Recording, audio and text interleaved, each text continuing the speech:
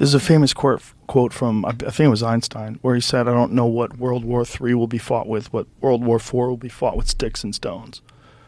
Do you ever worry that, I mean, the reason why, if it made sense that aliens would be here, it's because they want to stop us from blowing ourselves up. Do you ever worry that, like, we're so close to being able to figure out so many things, to be able to change all of your ideas, to be able to change the world fundamentally forever, but we could ruin it? Yeah, well, I think we're headed toward what we physicists call a type 1 civilization, a civilization which has the power to self-annihilate for the first time, but also the possibility of becoming a planetary civilization, a civilization of the entire planet. That's called a type 1 civilization. They control the weather. They control volcanoes and earthquakes. They harness the power of the entire Earth. Then there's type 2. They harness the power of the sun. And, for example, Star Trek would be a typical type 2 civilization. They've colonized a fraction of the Milky Way galaxy. Then there's type 3. Type 3 would be galactic, that they roam the galactic space lanes.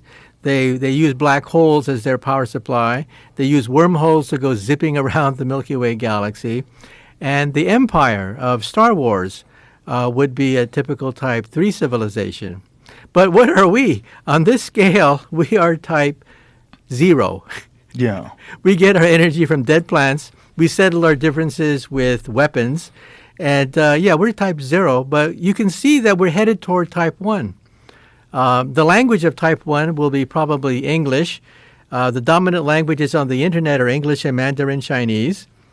And we're seeing the beginning of a type 1 sports, the Olympics and soccer. We're seeing the beginning of a type 1 fashion with Gucci and Chanel. The beginning of a type 1 music with rock and roll and rap and different trends. We're seeing the beginning of a type 1 civilization emerging right before our eyes. But with that is the power to self-destroy ourselves. Because we have the ability to use nuclear weapons, create designer germs, and mess up the weather. And so it's a race against time to see which trend will dominate. The trend toward becoming a planetary civilization versus the trend towards self-destruction. It's fascinating that you think of culture as being a major part of a type 1 civilization. Things like rap music, things like fashion. Because of the sharing of these ideas globally and the adopting of these ideas and these art forms globally? Yeah, you see, a planetary civilization like type 1 has a local culture. Different nations still have their own cultural language, cultural habits, and whatever. But globally, they settle differences on a global scale. So they coexist with, on one hand, local culture, local languages, local dialects, local jokes and customs, simultaneously existing with a planetary civilization that is emerging. So that's what I'm talking about. I'm talking about the emergence of a planetary civilization, or what we physicists call type 1. Which is happening right before our eyes. Mathematically, if you get a sheet of paper and calculate when that'll happen, it'll be around 2100.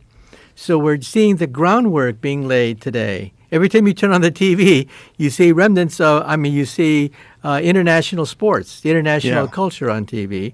So we're seeing the beginning of a type 1 civilization. Yeah, it's interesting. The soccer has become much more popular lately. Yeah. Right?